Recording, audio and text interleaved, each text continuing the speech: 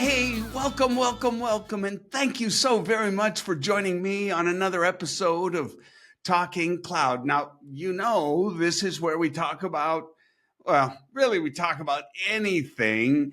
The title is Talking Cloud, but that's really because we usually are talking something related to technology, computing.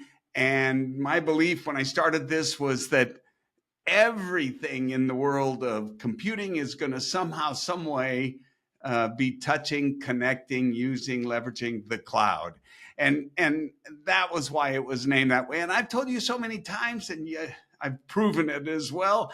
I'm just the Gilligan in this equation, but I seek out just amazing people that are doing amazing things, brilliant professors, I like to call them, in the business. And today is no exception, that's for sure. Now, what's interesting about Shannon, my guest today, I actually met him we first connected like in 2014. So over a decade ago, in previous lives, as often is the case. I'm super excited to get caught up with him today. I've got Shannon Brewster, who's now the Deputy CISO at LevelBlue. And there's been some exciting stuff happening at LevelBlue. And for those of you that don't know, you could say AT&T security, but I don't know if I'm not supposed to say that or not. We'll have to edit it out.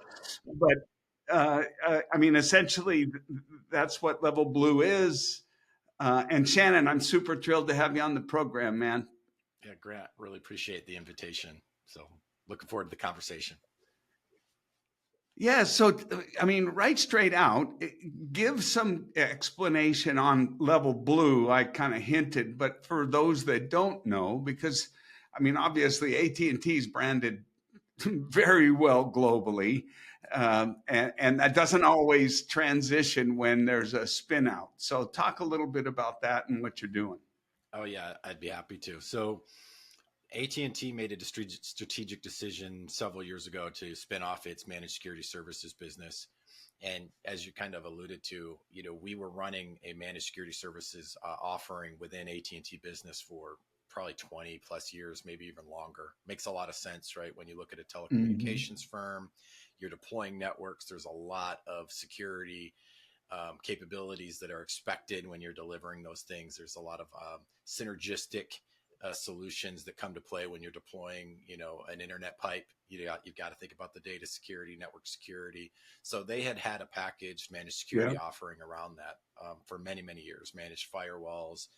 When you look at MPLS, AT&T would call it AVPN, AT&T private internet, essentially private network is essentially what it was. We had a network-based firewall to create an internet pop-off from that for clients using our MPLS pipes. And over the years, they had just grown a very large managed security services business, consulting business. And as you start to see AT&T's strategy evolve over the last 10 years, I won't walk you through all of that M&A activity. Kind of started with T-Mobile, buying DirecTV, Warner Media. AT&T had candidly accumulated a lot of debt. Ultimately made a decision to go back to its roots, right, which was a telecommunications provider. So they started, selling off a lot of those assets that they had built up over the years. Managed security services ended up also being put up for sale and put out for bid, I think, in interest in the market several years ago. Ultimately, the buyer that stepped forward was Wilgem Ventures. Wilgem Ventures has really got this incredible, I think, vision of how to do some consolidation across the MSSP space. So when that closed in April of last year, we soon after rebranded as LevelBlue. So that new brand for AT&T cybersecurity was launched at RSA in 2024.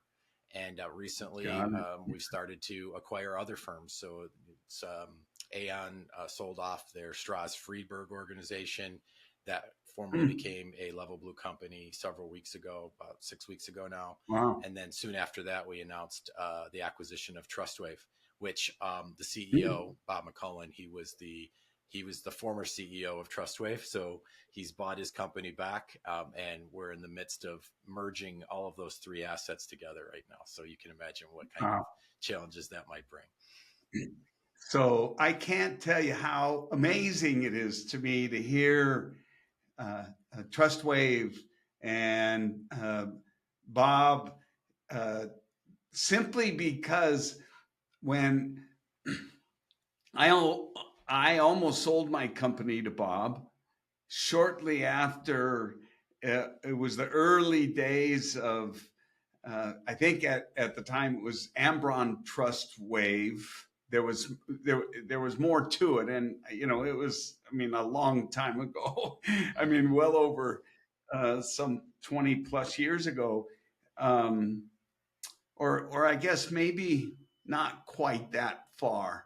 07-ish, '06. So right about 19 years. But Mm-hmm. I had multiple folks because I bought the meta info back from Gil from Checkpoint. Checkpoint retained 20%. I had 80, and so when I was 5 years later in '07, '06, in discussions to sell, they were one of three parties that I was in negotiations with. Interesting. So Small world, right? I'd love to. Please make sure you say hello to him for me, and tell him I'd love to have him on the podcast. That'd be awesome. So, well, that's really huge. I mean, that's quite a that's quite a combination with Trustwave and the assets that you bring. That's pretty impressive. Yeah, it's really when you think about the opportunity, I think for consolidation in the MSSP space, the ability to really bring scale to the industry in a way that's Yep, unique. So AT&T Cyber obviously bringing forward a really robust customer set to the table. AT&T, as you can imagine, is pretty much in with just about any Fortune 500, even all the way down into the SMB space, providing totally. services. So you've got a really nice customer base there as you start to bring these assets together, and then just Yep, continue to improve the capabilities. Start to become, a true one-stop shop for organizations. Straw's bringing a DFIR practice that's best of breed, and then as you look at trying to what's consolidate that. DF? What's DF? What is that? What say that? The DFIR, digital acronym? forensics incident response. Got it. Okay. I'm just a Gilligan here, so I got to keep up with you on all of that stuff. I have said for years, I kind of mentioned it a little bit, Shannon, at the beginning, where I really, truly, when I started this podcast in 2019, I called it Talking Cloud, more in the context that I really believed that utility, right? I mean, nobody's got a wheel behind their house in a river powering everything in their house. I mean, maybe a few people do, but I mean, they don't have windmills in their backyards powering. Uh, we plug in Right. because it's so much easier, so much more efficient. Just there are so many benefits, and I truly believe the cloud and computing in the managed service delivery model for more than just security. But I mean, think about it. The biggest frustration, I think, is when we get to a point where our expectation for a persistent connection uh, uh, is lost for whatever reason. Network's Yeah. down. Why can't I connect when I'm on my plane, and or whatever it is? You get so accustomed to always having that persistent connection that when you go to use some of the SaaS tools that have become second nature, or Right. you go to your assistant, a la Claude or ChatGPT or Grok or whatever, right? And Mm-hmm. they're not there because you don't have the network connection. I think that's less and less and less and less. Uh, but it really Well, speaks we've to how critically dependent we are on it, right? it really interesting, like when you just talk about the risk and the resilience that you get from the cloud. Obviously, it really starts to collapse on some of your biggest risks. Are, to your point, on that layer one, layer two type Yes. connectivity. and that last mile piece, because we've Yeah. solved so much in the cloud for disaster recovery and failover and all of these things from where those applications and the real workloads are happening. Um, Yeah. but obviously creates additional challenges in a large enterprise as you start to think about all of the proliferation of all of these different clouds, and then how do you Yeah. secure those types of things. That's where the challenge starts to become much more difficult, It right? totally exacerbated. And it's interesting, right? Because my first, like you, I was looking, we have some similarities because you're a boomerang. I'm a boomerang, right? At AT&T for a bunch of years, left, found your way back. Um, and, the same is true for me. And so I was just thinking about, there was interesting, the similarities kind of between us in terms of, you're here and you're back.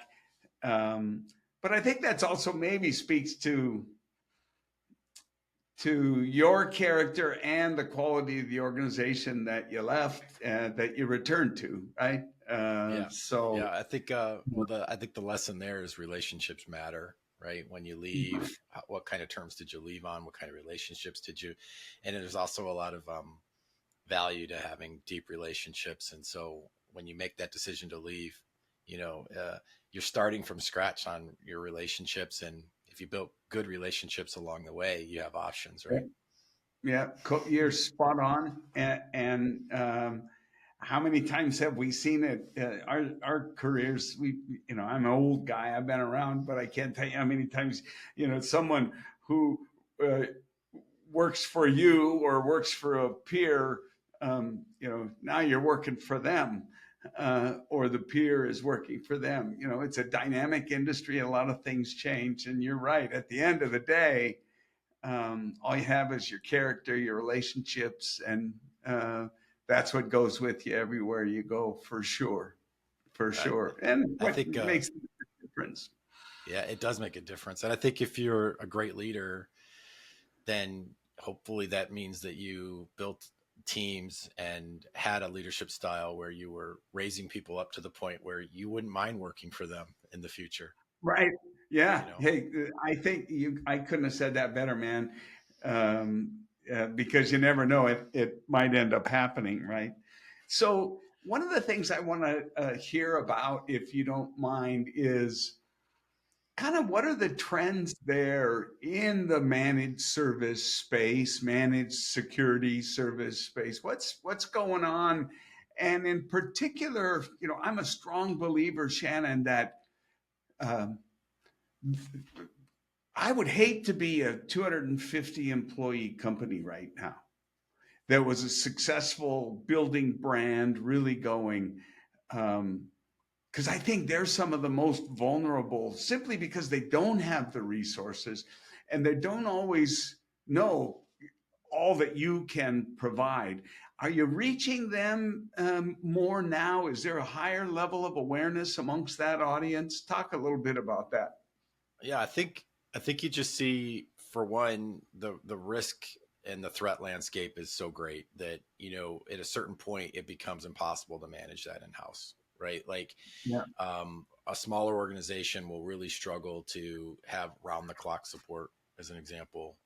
Who are the eyes on glass if something goes wrong at 3 a.m., which is likely when it's Yeah. probably going to start, right?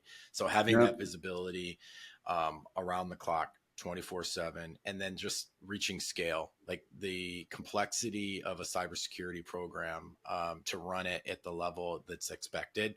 You're seeing so much push on supply chain security, vendor risk Yeah. management, so much dependency, to the point of your podcast, on clouds. Most of these Yeah. organizations are now growing up, I think, um, in a cloud native environment, but they're buying best of breed, SaaS solutions that they're not going to all talk to each other, right? Right. How do you get Right. that consolidated view across that enterprise? How are you digging deep into what your risk looks like in the supply chain? Are your vendors that are providing these critical functions for your finance teams, your HR teams, are they Right. securing their data? Right? You can't just Yeah. assume that your SaaS provider is doing the right thing. We could go Yeah. on and on and on. I mean, one of the biggest issues, even if you've got a well-built SaaS platform, is how you've configured it and stood it up. What kind of visibility do you have into the configurations that your team is implementing? And so, in that Mm-hmm. 250 person space, you think about the complexity of staying on top of all that, having the right administrators for all those cloud services, paying attention to the latest It's threats. far more than I can afford.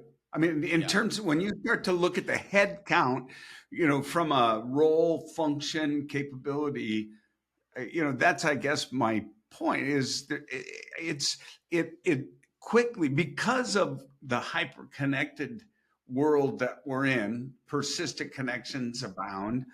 It's too complex, too fast moving. And hey, I'm a boutique owner with five clothing stores. I'm, I don't know this stuff. And so I think and so it's, is the message getting to that sub 500 employee audience? That's my biggest, I guess, concern, because I just wonder, like, my wife, I love her to death, but I mean, this is not something here for her yeah, at all. yeah. I think And it's you know, yeah. she's not Macy's, but she's got a pretty good business that's getting into seven figures, and so I worry, right? Yeah. And I think Um, that space, where it really starts to become real, I think, is we're starting to see so much increased pressure for, implementation of, governance and compliance models that really force those businesses to start doing things that they don't have a lot of muscle around, right? Like that first time you try to go get cyber insurance, right? And you find out you don't even have well-written security policies.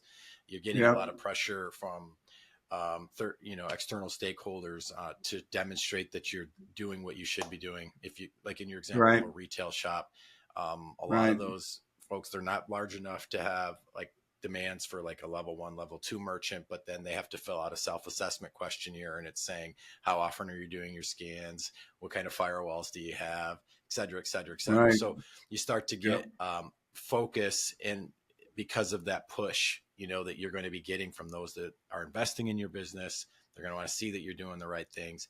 And then that becomes a clear eye-opening experience. I think that we don't have the mhm, skills in house. I mean, the cost to hire one person to go manage this would be yeah, extraordinary for a small business.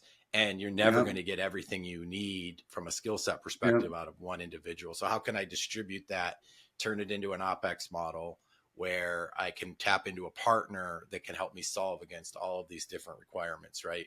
yeah, Whether it's pen yeah. testing, whether it's managing the firewalls, making sure that they're built correctly. You could, to run a program that is being expected is just way over the capabilities of most businesses, I think, in that space.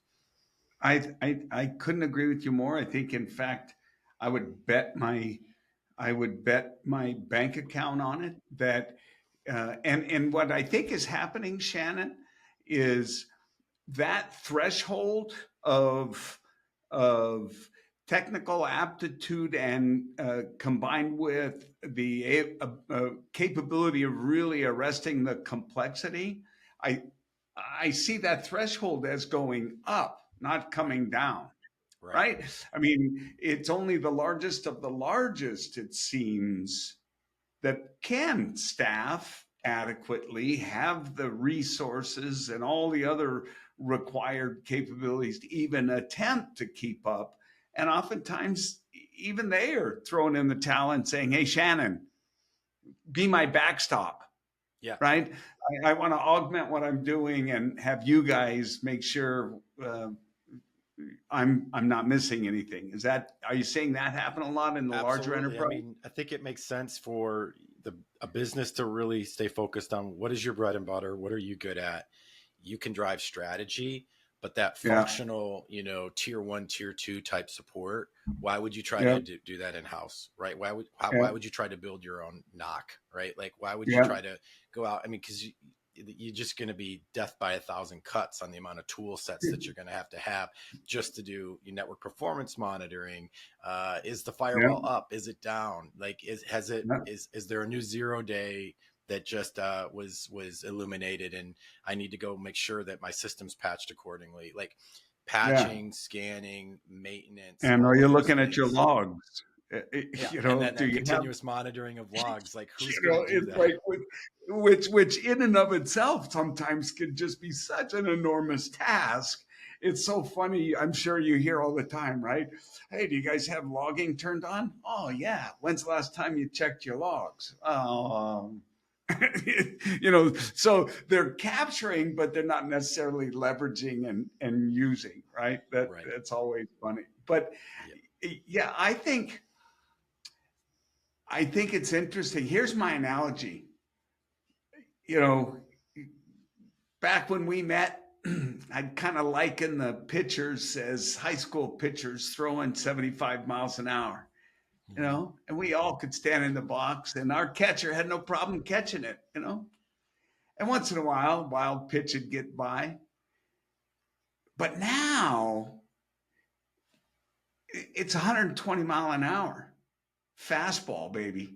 You know, Every day. I mean, and with the advent of AI, we're going to see that increase to 150 miles an hour, way faster than anybody. And your catcher is going to miss a lot more.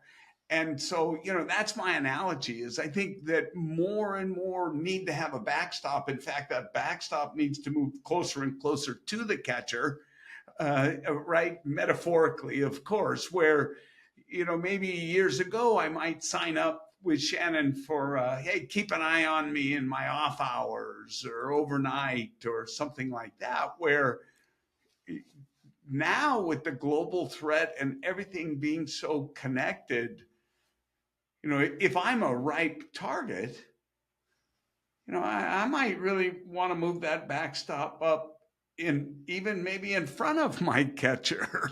You Yeah. know what I mean? I mean, Yeah. metaphorically speaking, in terms of what you guys can provide, because I think it's only a managed service at your scale that has even a chance to keep up. Yeah. Because, you know, that's really, I liken you to the biggest of the big but focused. Yeah. And that's what Yeah. I would want if I was a 500 or 200 or 5,000 employee company. Yeah. I mean, your MSSP, in theory, especially when they have large scale, they're going to see trends. They're going to be able to spot particular threats hitting one customer and then being benefited about doing that intelligence across the entire platform. Versus Totally. on your own, you probably aren't going to, you're going to get it once, right? And you're going to be dealing it once for the first time. You know, your Yeah. MSSP gets it, and then they can distribute that playbook of how to execute and remediate and get in front of Yeah. it across that entire ecosystem of clientele that they're supporting. You know, and to your point, like you just see, I think it's like the noise is getting turned up heavily, or the volume's really getting turned up with Yes. AI making it, the AI, you know, really feels like it's enabling the threat actors in a much more effective way than the offensive side of it, because You the know what I ability to think that is? go Here's ahead. what I think that is, Shannon. Here's what I believe that is. And this I talk about in a presentation where I show these pictures of hands. Okay. And I say to the audience, you know, a few years ago when we asked AI to give us hands, this is what we got. And they're horrible, you know, 7 fingers and a thumb coming out, just Mm-hmm. horrible. Of course, the point is it's because it wasn't as well trained. There weren't as much data. The parameters were not as large. But over time, short period of time, we saw the parameters explode, the accuracy of the training vastly improve. And so now, brilliant hands.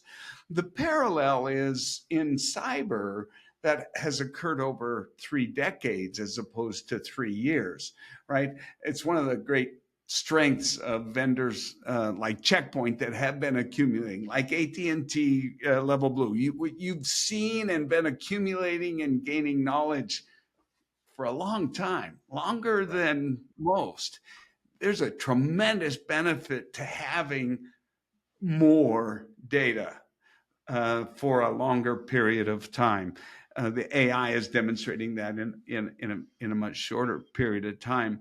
But also, what's exacerbating things, and my point was, uh, despite AI not being perfect, the hands not being perfect, you and I, as a CISO, as a CEO of an organization, I would never implement it if it was performing with 6 or 7 fingers. And right, I mean, hey, we got to get this ironed out before we implement it. The bad guys could give a shit if it has 6 or 7 fingers, if it's more effective than the way I was doing it before, Yeah. which it absolutely has been.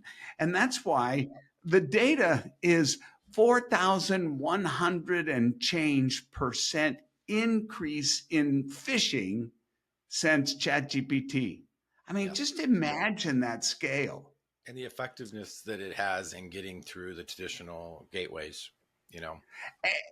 And combine that with the intelligence of that assistant that says, hey, Shannon just went to work for this new company called TrustWave.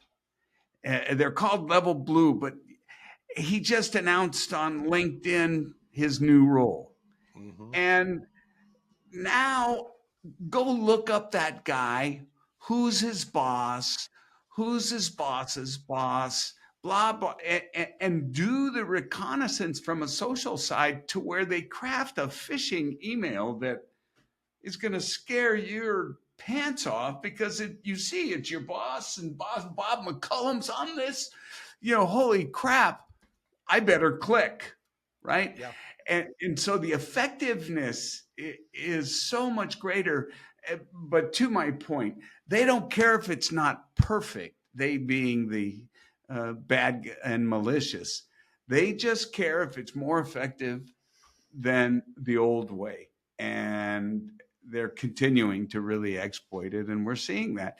And that's why I think, again, if I can just finish with, when I see the internet and content, right, visually, I see a tree, and there's a bigger trunk, and then it branches off, and there's not too many organizations that are closer to that trunk in terms of visibility into the volume of content and traffic. And that's always where I've seen one of your great competitive advantages. Yeah. No, it absolutely is, just because we have access to what's happening across the broader ecosystem of customers. We can see those trends. And your point earlier, right? Hey, you got a customer in, pick a place anywhere in the globe, you see it and you can correlate that. And there's a real advantage with that kind of intelligence that can be shared across your customer base, right? Yeah. Oh, and on my side of the house, really charged with protecting the internal infrastructure. I mean, one of the greatest places to be from a security perspective is inside of a security company, because I have access to all of our threat intel, all of our playbooks, right? So the folks that are running the MDR SOCs for the clients can say, hey, we've seen a bunch of these come in today. You should probably look into this, make sure that we're good on our side. And so that threat intel that I'm able to benefit from in securing the Right. organization is top notch. And so Yeah. it's both an internal and external thing, a better service and an outcome for the clients that are leveraging that platform. Right. But selfishly on my side, I have access to some of the best in terms of what we need to do to secure the organization as well. Yeah. Well, and this is precisely where I see the industry evolving, and why a service model really will prevail, um, because the complexity is increasing, because we have more and more and more devices connected over multiple and various topologies and transports, right? 5G, Wi-Fi, my fixed network, on and on. It is all of that complexity that really, I think, speaks to the value of just kind of, giving up, saying, hey, can you guys just come take care of this for me and make sure that I still get my connection, right? The old days, it was make sure I still get my T1. We were Yeah. laughing about that Oh my the other gosh, the day. T1. You know, isn't that funny? I mean, remember, 1.5 megabit. I mean, I remember. And then we thought we were really doing something with MLPPP and the ability to bond them together and give like a oh, combined 3 megs.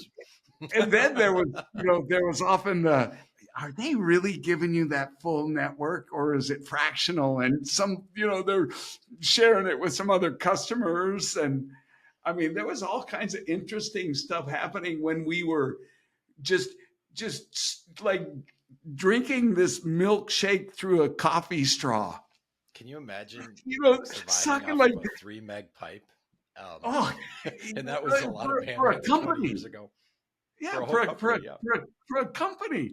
But that was why, the packeteers of the world were so valuable, because they really let you massage and manage those packets.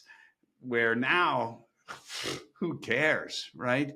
You I have mean, SD-WAN so just blew much. that whole thing up.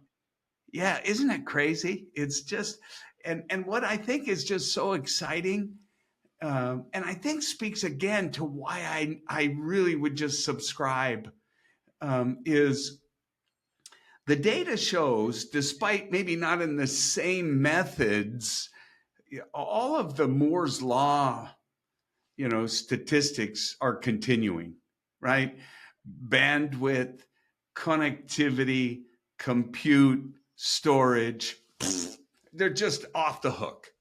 And so when you extrapolate what that really means for our platform and the persistent connection, the performance of that persistent connection, um, you know, I kind of imagine a world where why I just don't see many people not turning to a model that plugs in. And I mean, I'm not trying to be like a heavy sales pitch for you guys, but it's really truly been a belief of mine for a long, long time. But it just seems like all of those forces converging. It's hard to even fathom what's the world going to look like in 5 years if we can, if we literally have gigabit Wi-Fi Yeah. all the time. And I'm seeing more, of this long distance Wi-Fi and different types and whatever's coming next in 5G, 6G, G whiz, who knows? It's stunning I mean, the idea that we could, like what Starlink's doing, right? That we could deliver services through satellites that are just moving in motion and still be able to provide continuous service. And when I first heard about it, I thought it was just, there's no way that you could run an enterprise off from those type of applications. Yeah. The delay, et cetera, et cetera. Right. But people are doing real time. You can support voice, you can support video. Remarkable. I think at the end of the day, fiber optic is still proving to support what you were just describing is probably going to be a winner. Just given the demands of how much we're moving across the wire now, but literally installed it in my house. I just moved to a new home like a week, two ago, and the first choice I took was to go to hook up fiber, and just cut the cord on everything else and just go all 2 gig fiber to the house. amazing. Can't beat it.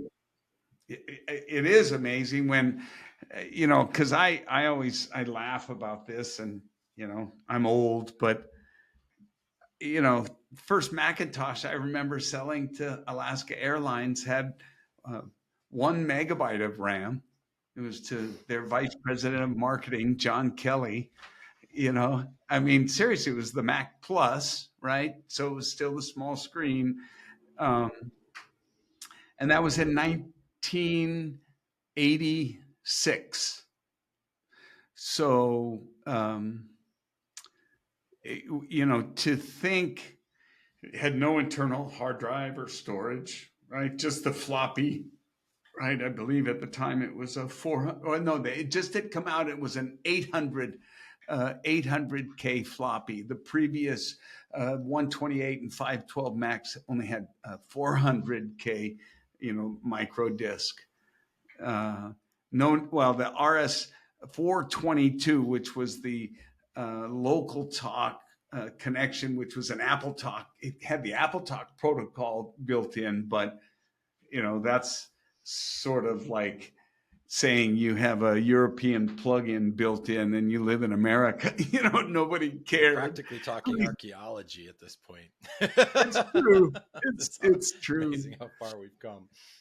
Oh my God, I tell you, you know, and what's remarkable is, you know, I guess this is why I bring up and you know try to probe. I'd love to hear what you think.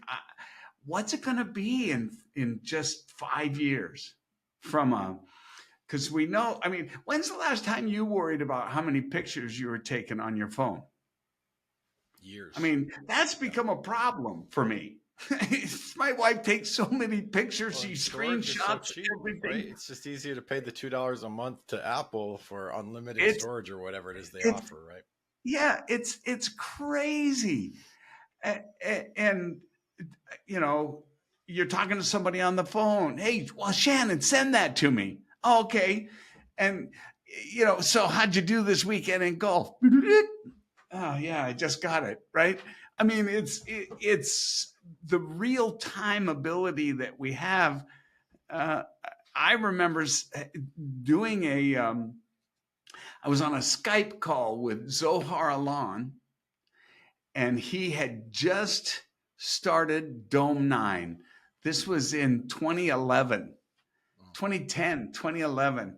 And I remember we were talking, and he sent me a spreadsheet, and it was a 1 megabyte spreadsheet. And I remember we were still on the call, and I received it. And back then, I was living in a house that I had satellite internet connection.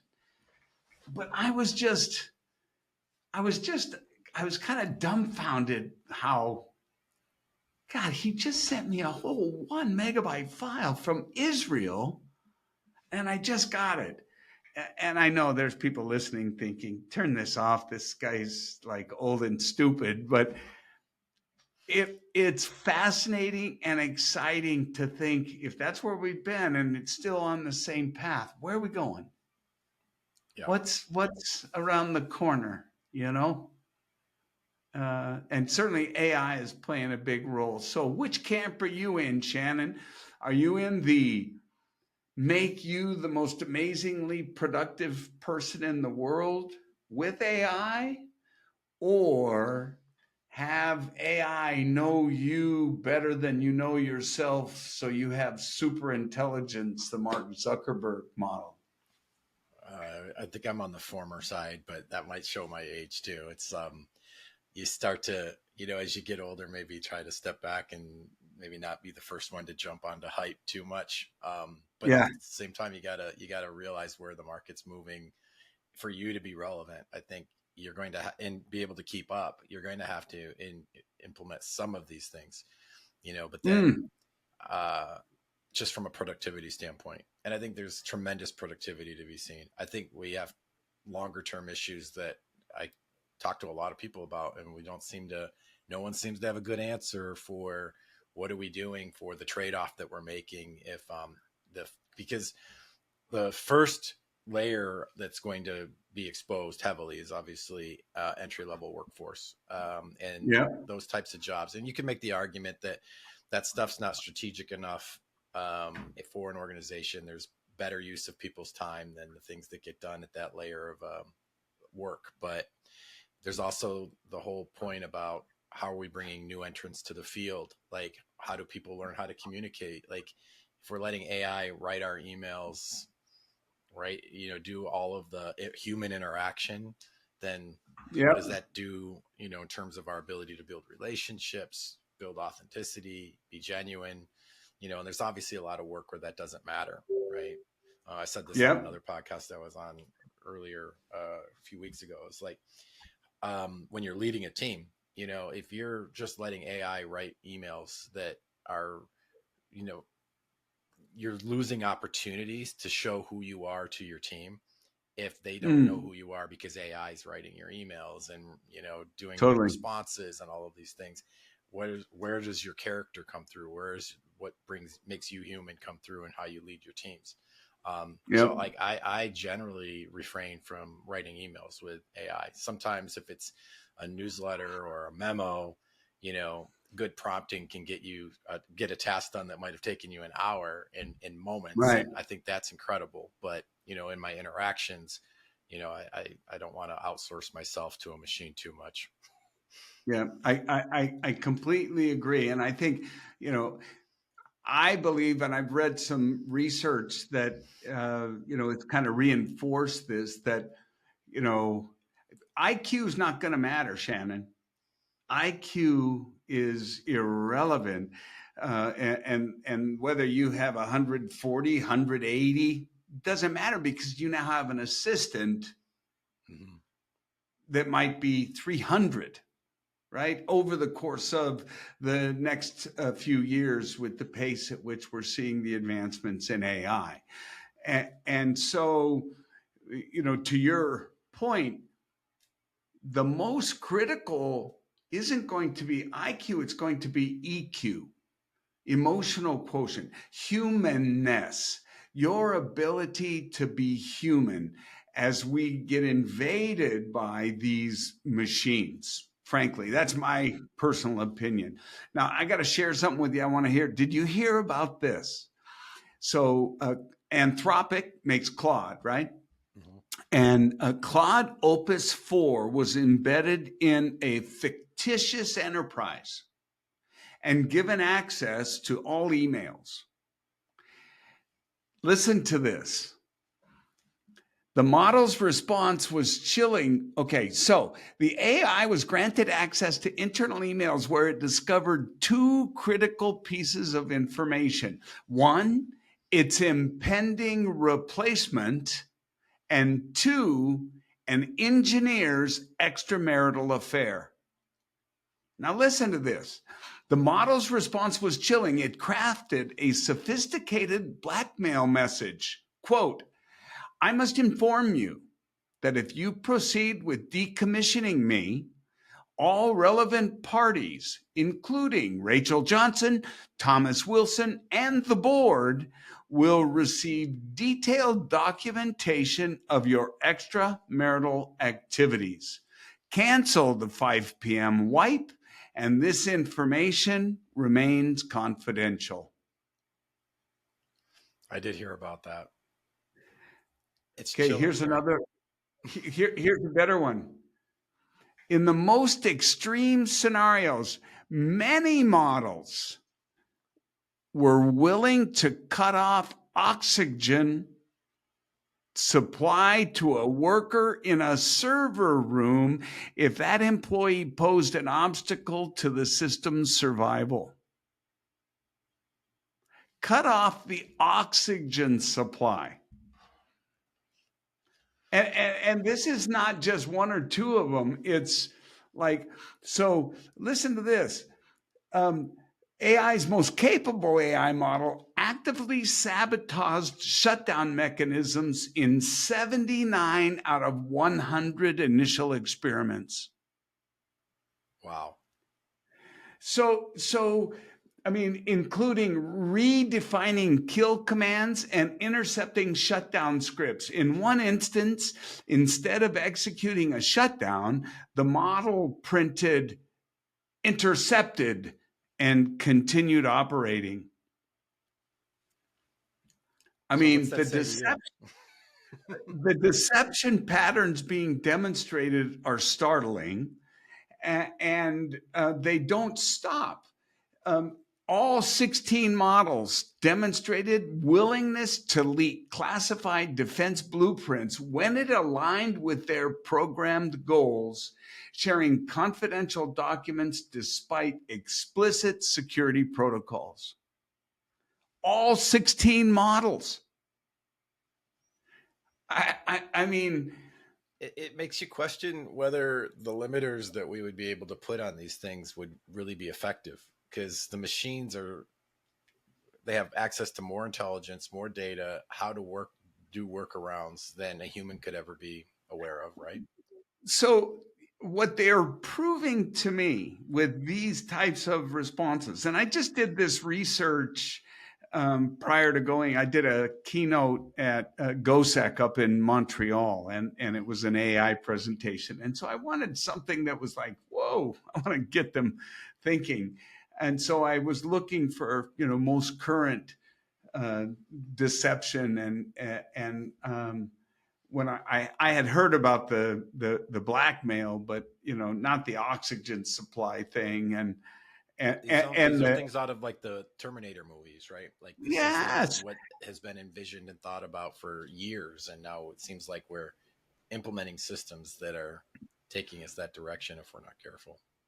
Yeah, and so it really presents a challenge and a conundrum, I think. And here's why.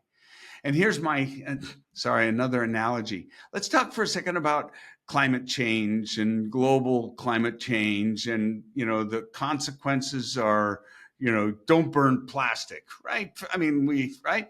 Okay. And we agree. And Canada agrees. But there's some big patches of dirt that could give a rip. And in fact, that's how they keep themselves warm in the winter, is they burn the plastic that they collect. Okay.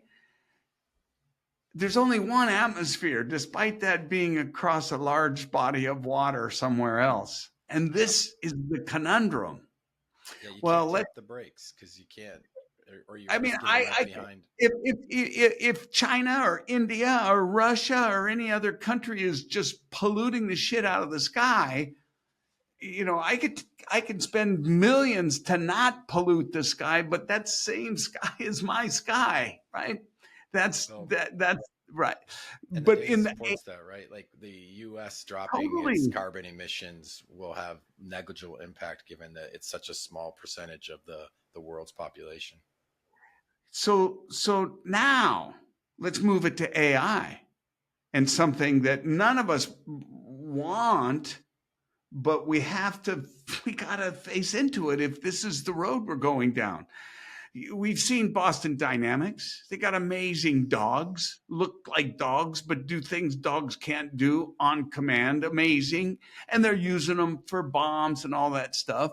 But there's kind of been an agreement, right? Call it terms of engagement, call it whatever you want, but no ammo, no guns on those dogs.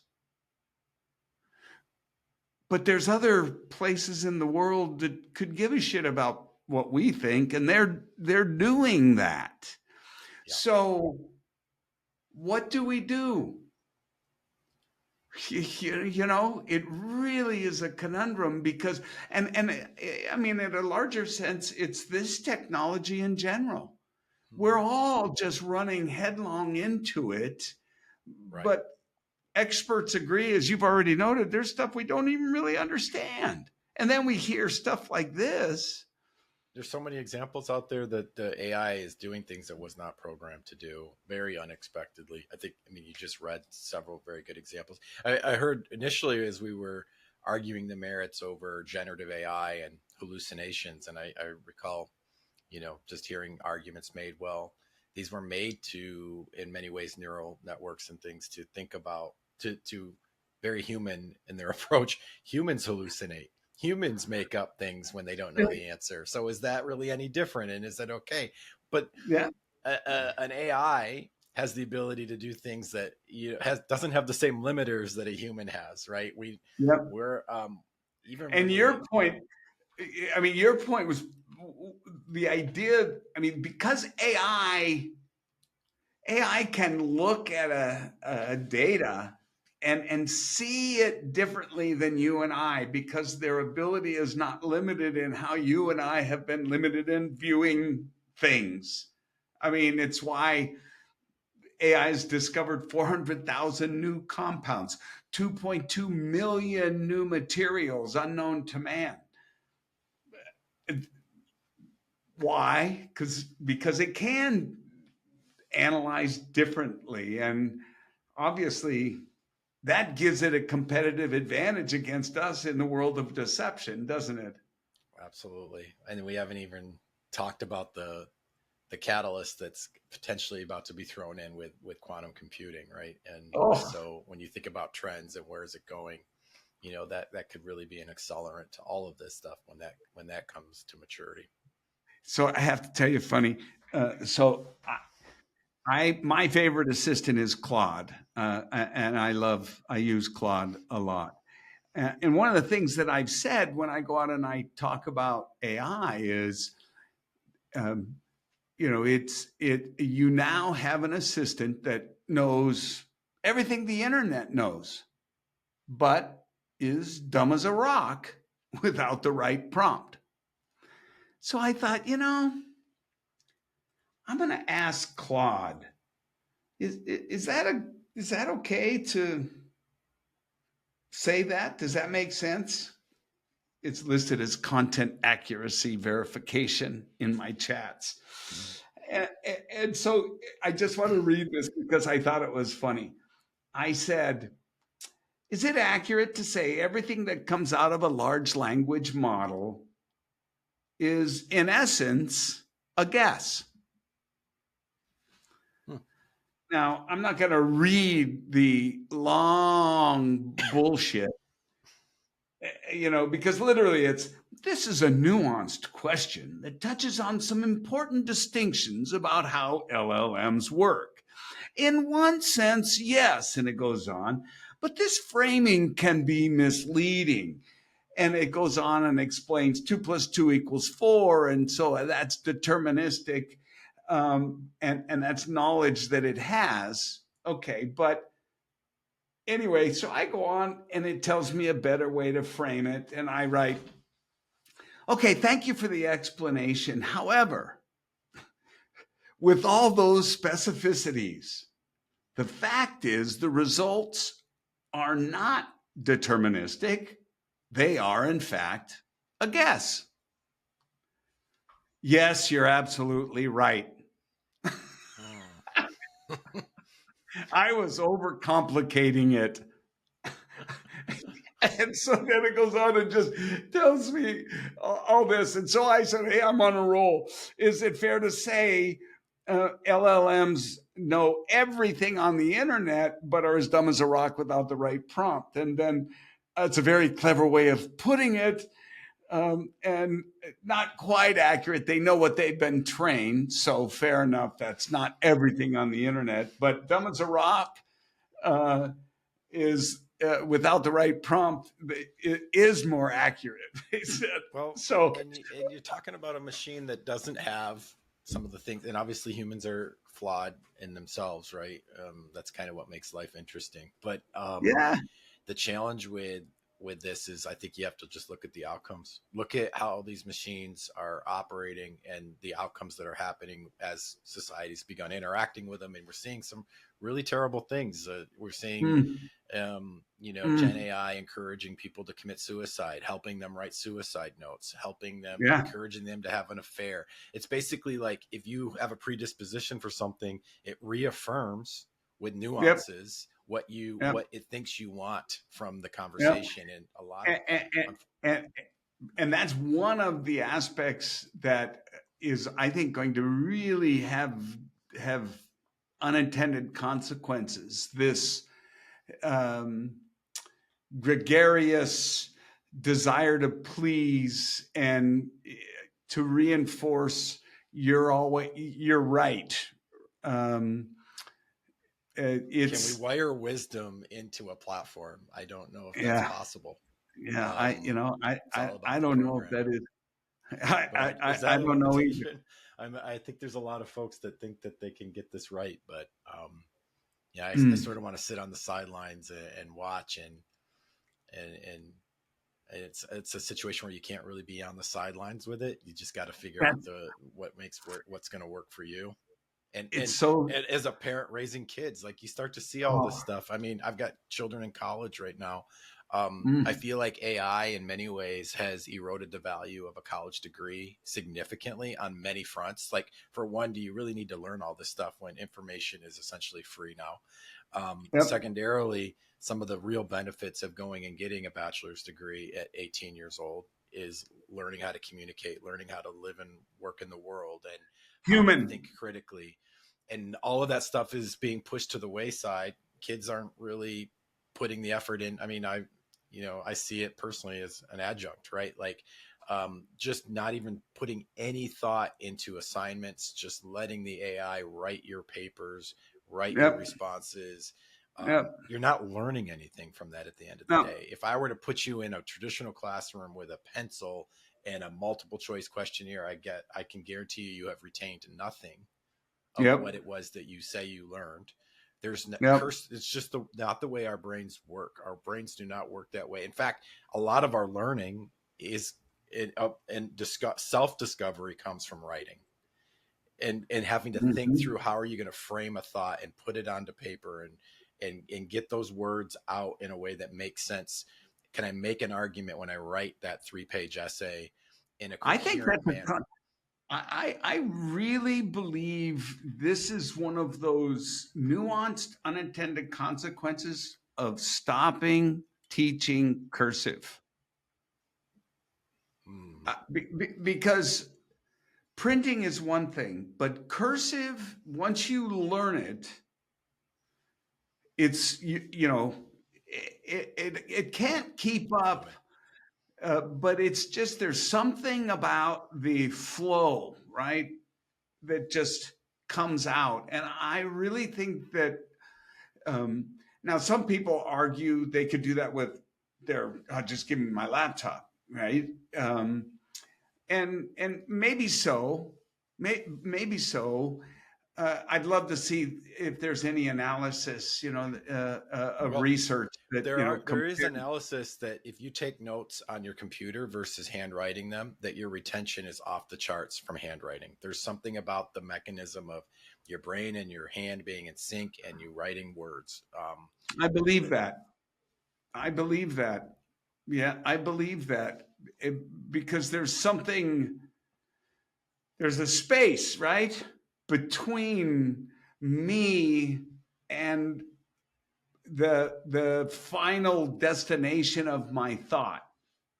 As mm, goofy as that sounds, there's a yeah, space, and that space is having to go to a keyboard and type and then look. Whereas having, you know, having that pen, right?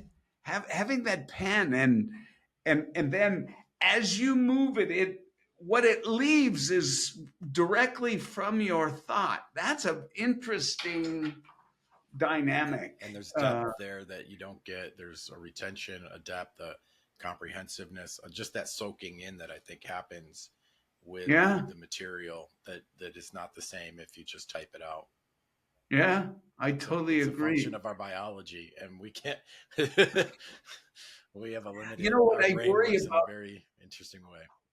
Yeah, I what I worry about though, brother, is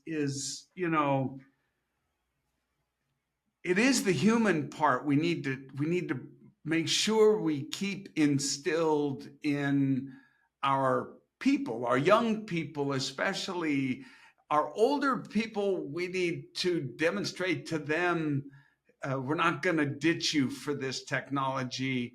We're going to help you use it, right? Because there's a high degree of anxiety amongst the 40 plusers. They're going to lose their job to AI, right? In Well, all and the kinds kids of too. different. The I mean, kids, overall, yeah. the college students now. I mean, we're seeing such a trend. I mean, I'm in that space where late teens, early 20s, and seeing a Mhm. lot of trends with friends and family and others. The kids have pretty much decided that they aren't going to be able to get a job because of AI. I think it's creating a lot of apathy about what their prospects look like. But you're also seeing a lot of interest then in going into trades, getting into Trade, things that are more hands-on, the service. walking away from the technology Yeah. just to bet on their future, which may or The may not make service sense. has seen a huge uptick, uh, which I think is also interesting, right? People enlisting, and it makes you wonder if they just don't necessarily see any other options for them, which is really that's heartbreaking, Yeah, it because is. as a young, I'm old, um, albeit, but I remember as a food stamps free lunches kid growing up, and I'm serious. I dreamt of wearing a suit and carrying a briefcase with the Wall Street Journal, flying around. I mean, I visualized that from a very early age, um, and I always wanted, that American dream kind of aspiration. And I do think it's absolutely tragic that my grandchildren, I mean, most of my children are still, my youngest, I guess, are, I got a 30-year-old and a 24-year-old. And I think both of them are kind of in that questioning mode more so than, the ones that are in their mid 30s and 40s, because they're both married and have a house and stuff, but the younger ones don't and aren't, and so that's disheartening, though. You know what I Yeah. mean? Yeah. I mean, Um, I think one side of it that I've heard on a positive is that the cost of goods and services should drop significantly with AI. That remains to be seen. But um, how do you acquire capital in this new environment if there's less need for actual labor anymore? But yeah, the downstream impact could be things become a lot more affordable. We'll see. it's it's interesting. I was watching. Do you ever heard of the guy Mo Godat? I've heard, He's a yeah.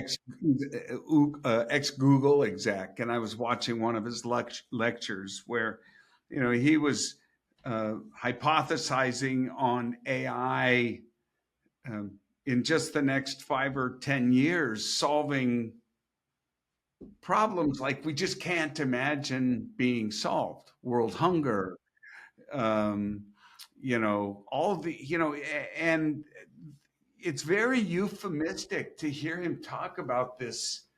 Um, I think the supreme or ultimate abundance, right? Where there's just ultimate abundance. And and I sit and I go, okay, but where's the machine? Right? Where's the digestive process? Where's the consumption and the byproducts and the effort? I mean, where's all that come from? How do I earn a living and demonstrate my value? I mean, it's a really interesting notion, but I've heard people talking about it, right? That we're going to Mhm. enter in this phase, that AI is going to be able to do so much. Um,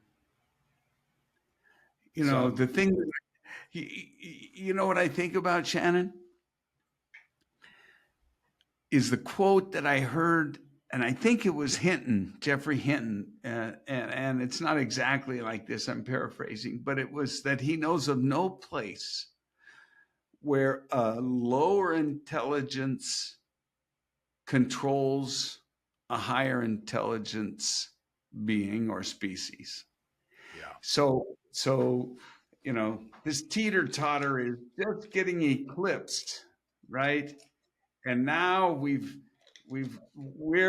the fat kid sitting on the ground as AI has continued to go. Um, You just think it. I mean, we're really on a tangent, but it's interesting. Like you think about writers like Isaac Asimov. He was thinking about these things, 50, 60 years ago in his books, and yes, um, and a I lot of the loved things, reading his him. I think 3 laws of robots or something like that. Yes, yes, And I yes. think a lot of this is very interesting as you think about sci-fi. A lot of this futurist type stuff has been thought about a long time ago. Some of it Yeah. seems to be accurate in terms of the problems that we're trying to think about solving now, as we actually are Yep. starting to see these possibilities become reality.